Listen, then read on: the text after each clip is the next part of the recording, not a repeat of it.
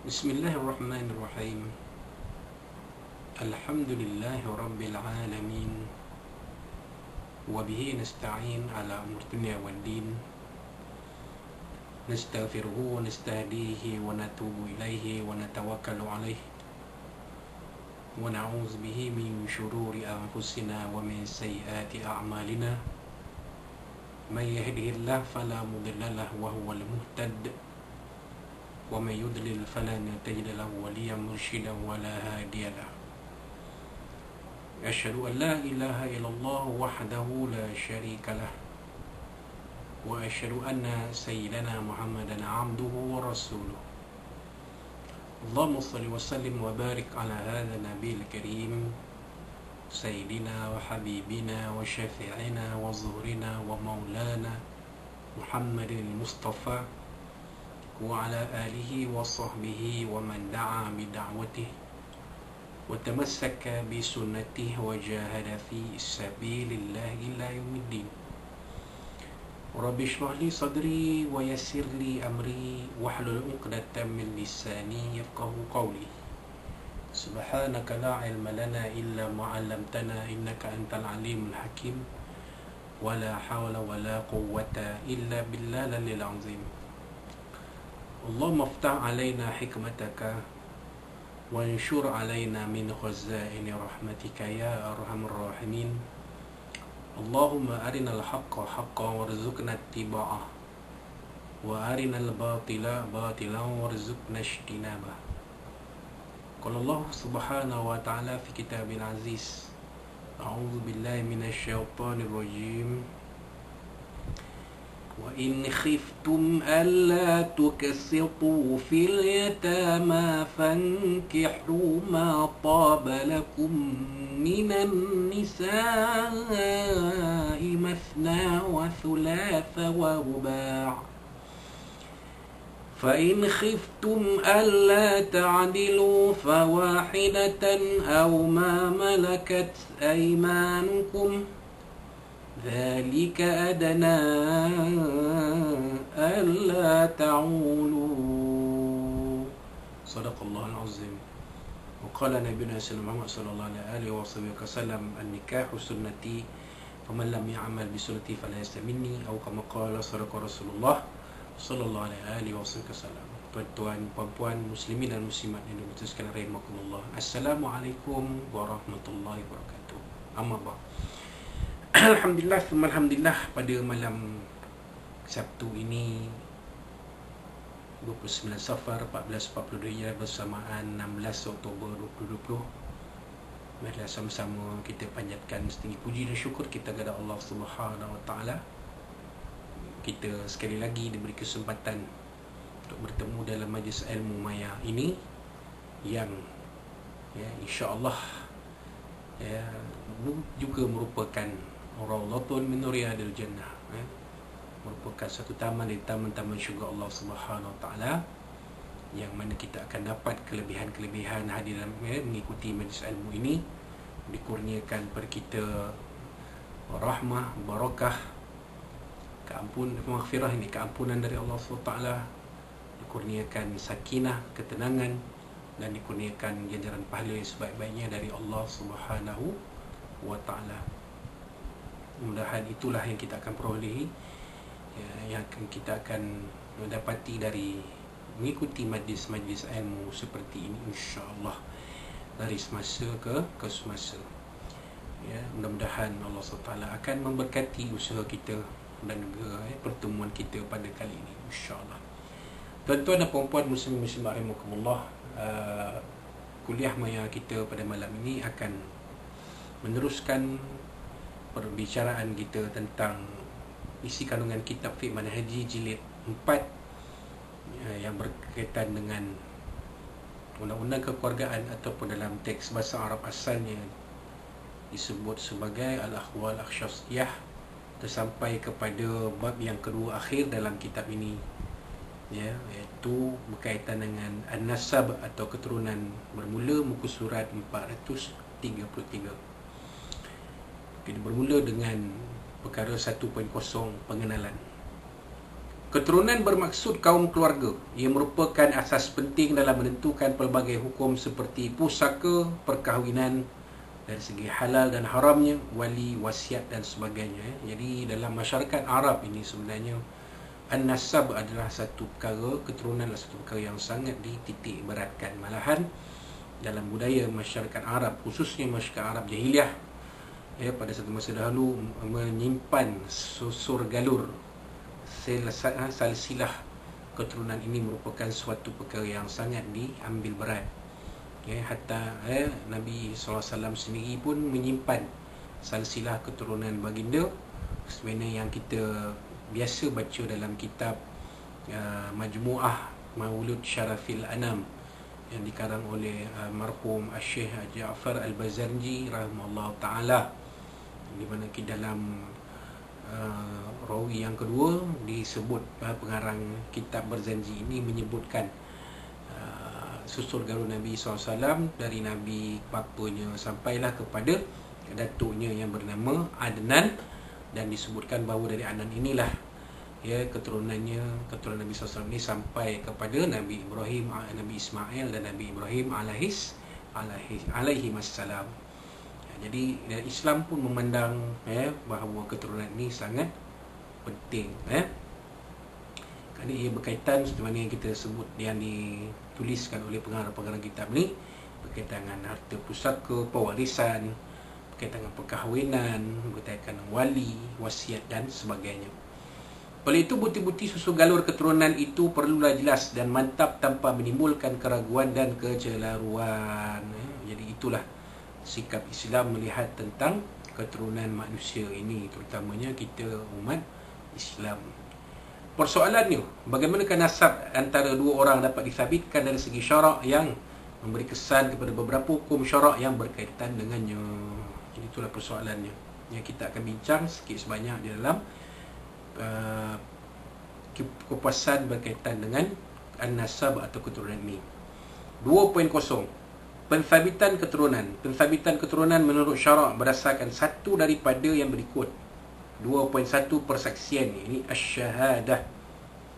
Syarat persaksian adalah dengan dua orang lelaki memenuhi syarat-syarat sah saksi sebagaimana yang dijelaskan dalam bab nikah. Persaksian kaum wanita atau seorang lelaki dan dua orang wanita dalam membabitkan keturunan tidak diterima. Jadi saksi tentang keturunan ini perlukan dua orang saksi lelaki. Hal ini adalah kerana keturunan merupakan satu unsur perkahwinan. Pada lazimnya hanya lelaki yang lebih banyak mengambil tahu dalam masalah perkahwinan. Dengan itu persaksian kaum wanita tidak diterima. Jadi itu kata pengarang kitab ni. Jadi dalam masyarakat khususnya masyarakat Arab, lelaki ini memang mengambil tahu tentang nasab ni, tentang keturunan yang dalam bahasa Arab tu orang masyarakat Arab ni disebut sebab tu ada juga ulama-ulama Nusantara Silam yang memakai nasab ataupun nisbah ini, Al-Banjari, Al-Falimbangi, Al-Minangkabawi, Al-Jawi dan sebagainya. 2.2 Ikrar. Ikrar adalah apabila seseorang mengaku seorang yang lain bahawa dia adalah keluarganya. Contohnya seorang lelaki berkata, aku mengaku bahawa Zaid ialah anakku, atau aku mengaku bahawa lelaki itu ialah ayahku. Ini ikrar. Ikrar maknanya pengakuan. 2.2.1 Syarat sah ikrar. Ikrar dan iktiraf hanya apabila memenuhi syarat-syarat yang berikut. 2.2.1.1 diperakui dengan bukti yang benar. Contohnya, dua orang mengaku bahawa mereka adalah anak beranak pada umur yang munasabah. Jika umur mereka tidak boleh diterima sebagai bapa dan anak, ikrar itu tidak sah dan hubungan keturunan mereka tidak sabit. Hal ini adalah kerana bukti yang benar-benar bertentangan dengan ikrar tersebut. Jadi ada bukti. Ada buktinya, contohnya surat nikah, contohnya surat beranak, sijil kelahiran. Jadi benda-benda macam ni akan dikira dalam mengesahkan syarat ikrar keturunan, suatu keturunan itu. 2.2.1.2 diperakui oleh syarak. Syarak tidak mengiktiraf satu ikrar jika anak yang diperakui itu diketahui umum bukan daripada keturunannya. Hal ini adalah kerana keturunan yang sabit pada seorang tidak berpindah kepada orang lain menerusi ikrar sama ada anak itu mengakuinya atau tidak. Jadi kalau umum masyarakat umum tahu anak itu bukan daripada keturunan seorang tu, maka syarak tak mengiktiraf. Contohnya memang orang kampung tahu, orang situ tahu, orang kawasan itu tahu, orang taman perumahan itu tahu, maka ia tidak, maknanya syarak tak mengiktiraf. Bila syarak mengiktiraf, maka ikrar itu tidak sah. Walaupun seorang itu mengatakan itu anak saya, contoh. Tapi bila masyarakat mengatakan apa kami tahu itu bukan anak kamu, itu adalah anak orang lain, contoh. Wallahu alam. 2.2.1.3 diperakui oleh orang yang diikrar.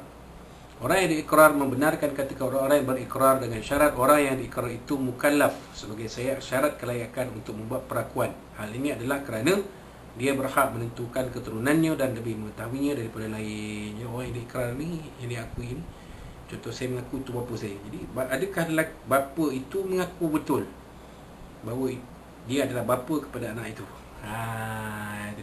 Kalau betul, cukup syaratnya dia mukallaf, tidak gila dan sebagainya, tidak dipaksa dan sebagainya, maka ikrar itu adalah sah. Wallahu alam. 2.2.1.4 berikrar bukan untuk kepentingannya sendiri. Orang yang berikrar untuk kepentingan sendiri sama ada untuk mendapat faedah atau untuk mengelak mudarat pengakuannya, tidak dikatakan ikrar tapi hanya sebagai dakwaan. Jadi ikrar ni satu pengakuan, dakwaan lain. Kalau ikrar itu dibuat, mungkin saya mengaku tu bapa saya. Sebenarnya tujuan dia mengaku itu ialah untuk mendapatkan harta pusaka. Dan ini ada juga berlaku dalam kes-kes di mana pembahagian harta pusaka. Tiba-tiba datang satu orang mengaku ni bapa saya, arwah ni bapa saya, contoh. Dia mengaku. Sebenarnya pengakuan itu tak dapat disahkan kerana bapa yang diikrarkan itu sudah meninggal dunia. Jadi ia jadi sebagai suatu dakwaan yang perlu dibuktikan. Tapi mungkin pengakuan itu ada motif yang tertentu, maka ia tidak dikira sebagai ikrar, tidak sah ikrar itu, perlu dibuktikan terlebih dahulu. Setiap dakwaan tidak diterima melainkan apabila tersabit dengan bukti persaksian dan sebagainya. Macam yang kita sebut tadilah.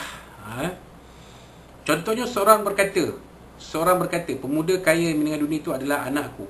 Kata-katanya ini tidak boleh diterima dan tidak dianggap sebagai ikrar maupun persaksian. Hal ini adalah kerana ikrar akan membawa tanggungjawab kepada orang yang berikrar. Sementara persaksian pula hanya diterima sekiranya tidak bertujuan untuk mendapatkan faedah atau untuk mengelakkan mudarat bagi saksi. Tu dia tuan-tuan. Jadi jelas kat situ macam kita sebut tadi. Ada kalau ia tidak dikira sebagai ikrar. Kerana macam yang kita sebut tadi, manusia yang diikrarkan itu sudah meninggal dunia dan tak dapat mengesahkan ikrar tersebut. Maka ia jadi satu dakwaan dan bukan ikrar atau persaksian ataupun syahadah. Maka perlu dibuktikan. Biasanya dibawa ke mahkamah lah untuk dibuktikan sama ada ia atau tidak.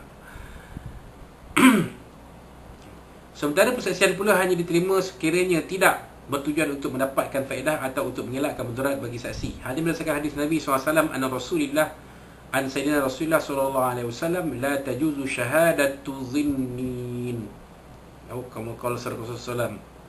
Hadis riwayat Imam At-Tirmizi. Mafhumnya daripada Rasulullah SAW, persaksian orang yang diragui tidak harus.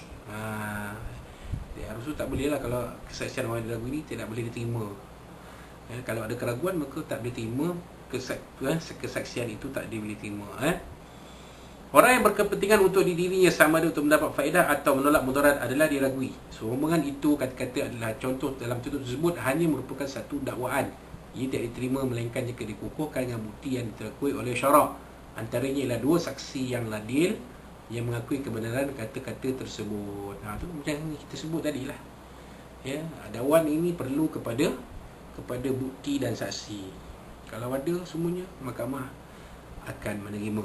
Tapi pun tertakluk kepada tata cara tertentu, dan saya fikir orang undang-undang lebih tahulah benda ni. Tapi kita bincang dari segi hukum hakam. segi kaedah hukum hakamnya, segi kaedahnya itu memang terserah kepada lunas undang-undang, maka kita serah kepada ahlinya untuk membicarakan. Wallahu alam. 2.3 perakuan orang ramai, al-istifadah. Perakuan orang ramai bermaksud seorang individu bernasab kepada seorang lelaki atau sebuah kabilah. Orang ramai kuasa itu juga menasabkannya pada lelaki atau kabilah yang sama tanpa seorang pun mempertikaikannya sejak beberapa lama. Perakuan orang ramai adalah sama kedudukannya dengan persepsi yang sahih, yang merupakan dalil syarak dalam mensabitkan keturunan seorang, dengan syarat orang ramai mempunyai itu dalam jumlah yang mustahil bagi mereka bersekongkol untuk berbohong. Contoh macam kita lah. Saya ni Al-Parujayawi, contoh. Macam mana saya mengikrarkan, maka kalau orang ramai, orang di Taman Projek itu sendiri mengakui dalam jumlah yang besar, yang mustahil mereka ni akan ada berpakat untuk berbohong, semua mengaku. Tanya orang sana ya, tanya orang sini ya, tanya orang sini, mereka kata ni betul UMAI ni memang asal Taman Projaya ni, maka di situlah perakuan orang ramai itu diterima. Wallahu alam.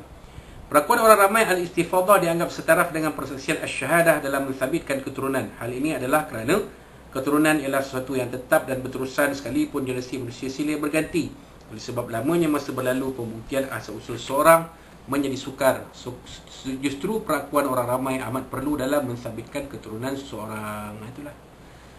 Jadi maknanya, kalau masa yang berlalu itu, jadi susah kita nak membuktikan. Kenapa? Kerana mungkin ayah kita dah meninggal, atuk kita dah meninggal, nenek kita dah meninggal.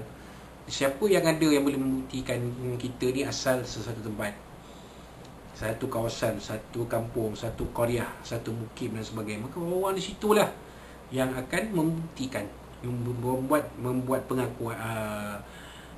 perakuan bahawa seseorang itu memang daripada simpulan ini, memang daripada kawasan mereka. Pada zaman Rasulullah SAW, para sahabat radhiyallahu anhum bernasab kepada kabilah dan nenek moyang mereka. Baginda tiap minta mereka mendatangkan saksi untuk mensabitkan perkahwinan yang disaksikan. Malah baginda Rasulullah SAW berpada dengan perakuan orang ramai yang tidak mempertikaikan perkara tersebut. Dengan itu, hukum hakam dalam masalah tersebut berdasarkan peristiwa itu. Wallahu a'lam. Ini cerita pada zaman Nabi SAW. Jadi kalau ni Al-Ansari ataupun nasab yang lain contohnya, maka di situ Nabi SAW melihat kepada perakuan Al-Ansari. Manakala dia menggunakan Al-Ansari, kalau semua Madinah mengakui dia tu Al-Ansari, maka jadilah dia Al-Ansari, dan Nabi tidak akan bertanya lebih-lebih. Gitu. Wallahu alam. 3.0 Pensabitan penyusuan. Tadi jelaskan bahawa hukum penyusuan adalah sama dengan hukum nasab dari segi haram berkahwin. Itu juga cara mensabitkan penyusuan, iaitu dengan persaksian, ikrar dan perakuan orang ramai. Walau bagaimanapun saksi dalam penyusuan tidak disyaratkan lelaki sebagaimana saksi disyaratkan dalam pensabitan nasab. Malah dalam pensabitan penyusuan, perempuan harus menjadi saksi. Hal ini adalah kerana mereka lah yang lebih tahu dalam masalah ini. Itu dia tuan-tuan. Berdasarkan kenyataan ini, persaksian diterima dalam mensabitkan penyusuan ialah 2 orang lelaki yang adil, seorang lelaki serta 2 orang perempuan yang adil, 4 orang perempuan yang adil. Dia nak mensabitkan penyusuan seorang yang ini memang anak susu pada sebulan ni, maka saksi itu ada 2 orang. Contohnya suami ibu susuan, adik-beradik susuan, dengan lelaki 2 orang pun cukup. Ataupun mungkin adik-beradik susuan, adik-beradik perempuan susuan, adik-beradik lelaki susuan, 1 campur 2 pun boleh. Ataupun kalau tak ada lelaki tu 4 orang, 4 orang contohnya, adik-beradik perempuan susuan tu ada 4 orang sunya. Bolehlah mereka tu menjadi saksi kepada sabitnya si pulan ini menjadi anak susuan kepada ibu mereka. Begitu. Wallahu a'lam. 4.0 Hukum berkaitan dengan nasab. Setelah mengetahui perbincangan sebelum ini, sayugia diketahui bahawa terdapat berbagai-bagai hukum kesan daripada sabitnya keturunan antara 2 individu. Antaranya hukum haram dan halal dalam perkahwinan. Kedua, hukum nafkah dan penyelarasan tanggungjawab yang berkaitan dengannya. 3, wali dan peringkatnya. 4, pembagian pusaka, kadarnya dan penyusunan kedudukan waris. 5, hukum sah dan batal dalam wasiat. Mereka hukum sah dan batal dalam wasiat berdasarkan nasab dan pengetahuan sama ada orang yang diwasiat iaitu waris atau bukan waris. Betul lah tu. Kalau dia waris, mesti ada bukti yang dia tu waris. Nasab dia bagaimana? Kalau tak, bukan waris, maka dia tidak berhak mendapat harta pusaka. Tapi dia boleh mendapat, kalau ada wasiat dia boleh mendapat. Kalau dia waris, dia boleh mendapat hanya 1/3 dari harta orang yang berwasiat. Gitu. Wallahu alam. Jadi itu dia. Ya, an-nasab berkaitan dengan halal haram, perlu sebab nasab ni penting. Takut-takut antara suami dengan isteri berkahwin, tiba-tiba nak kahwin ni tiba adik-beradik pula. Dah tak boleh kahwin. Jadi pentingnya nasab. Nafkah begitu juga. Tiba-tiba ada pula dia seseorang wanita membawa anak, seorang anak mendakwa bahawa si mati ini adalah si lelaki ni adalah ayah kepada anak ni contohnya. Apa buktinya? Jadi kalau sah buktinya ada, nasab tu ada, maka nafkah perlu diberi kepada anak tersebut. Contohnya wali dan peringkatnya. Jadi wali pun serupa tak. Kalau perempuan ini tidak ada nasab, ia adalah anak tak sah taraf atau anak luar nikah, maka tidak boleh diwalikan oleh wali. Mengikut turutan pun dia terus pergi pada wali hakim. Dan juga pembagian pusaka sama juga. Adakah dia ni ada nasabnya? Ada. Kalau ada, maka dia berhak mendapat harta pusaka. Kalau tak ada nasab, dia ada keturunan, maka dia tak berhak mendapat harta pusaka si mati. Jadi itulah hukum yang berkaitan dengan nasab. InsyaAllah pada kuliah yang seterusnya kita akan bincangkan, kuliah yang akhir dalam kitab Fiqh Mahadi ni, pada kita akan bincangkan satu perkara yang berkaitan dengan bab nasab ini, iaitu anak, di sini ditulis anak pungut, anak angkat lah, al-laqit, dan hukum yang berkaitan. Wallahu alam. Itu dia. Anak pungut, al-laqit, anak pungut, dan hukum yang berkaitan. InsyaAllah kita akan bincangkan pada kuliah yang akan datang, insyaAllah. Jadi itulah dia sikit sebanyak apa kita boleh kongsikan pada malam ini. Mudah-mudahan dalam kuliah ni, mudah-mudahan apa yang kita sempat kongsikan dalam bab nasab ini ada manfaat untuk kita bersama, yang kita jadikan panduan dalam kehidupan kita. InsyaAllah kehidupan kita dirahmati, diberkati oleh Allah Ta'ala, dan kehidupan kita bersama sekian kita akan bagi dunia sampai ke akhirat. Dan kalau ada apa-apa sampaikan dalam bab nasab ini dalam kuliah ni, mungkin yang bahasanya mungkin ada terkasar, tersilap di mana-mana, singgung hati tuan-tuan dan puan, saya mohon maaf dari Allah SWT yang bisa mengenai tuan-tuan dan puan sekalian. InsyaAllah bertemu kita pada kuliah kita yang seterusnya. Wallahu a'lam barakallahu fikum. Aku lakukan satu fazim ini berlaku, dan kita akhiri kuliah kita malam ini dengan tasbih al-kafarah satu asbah. A'udzubillahi minasyaitonirrajim. Bismillahirrahmanirrahim. Alhamdulillah rabbil alamin wa bihi nasta'in, wassalatu wassalamu ala asyafi anbiya wa sallam ala nabiyina Allahumma arhamna min hammin wa tafarraqna min iftar wa masuma. Allahumma nadilka fi nuhuri a'da'ina wa na'udzubika min syururihim. Allahumma baddid syamlahum wa fariq jamahum wa shattit kalimatahum wa zalzal aqdam min kilabik ya qahhar ya jabbar ya muntaqim ya Allah ya Allah ya Allah. Allahumma yamzil kitab wa yamjil sawazim al-ahzab ihzibhu wa suna alaihim bi fadli nabiyina sallallahu alaihi wasallam. Rabbana zidna ilman wa zawfa ma yaqum. Rabbana atina fid dunya hasanah wa fil akhirati hasanah wa qina azabannar. Rabbana 'alaika tawakkalna wa ilayka nabna muslim. Rabbana taqabbal minna du'ana musana wa limanna wa liqa'ana wa amala fi hadhihi al-lailati mubarakah min syarri safar mubarak innaka samiul alim. Ta'ala ya man la tatuhani lana fiha sunna fiha salam wa akhiru da'wana alhamdulillahi rabbil alamin. Taqabbalallahu minkum minkum taqabbal wa billahi taufiq. Assalamualaikum warahmatullahi wabarakatuh.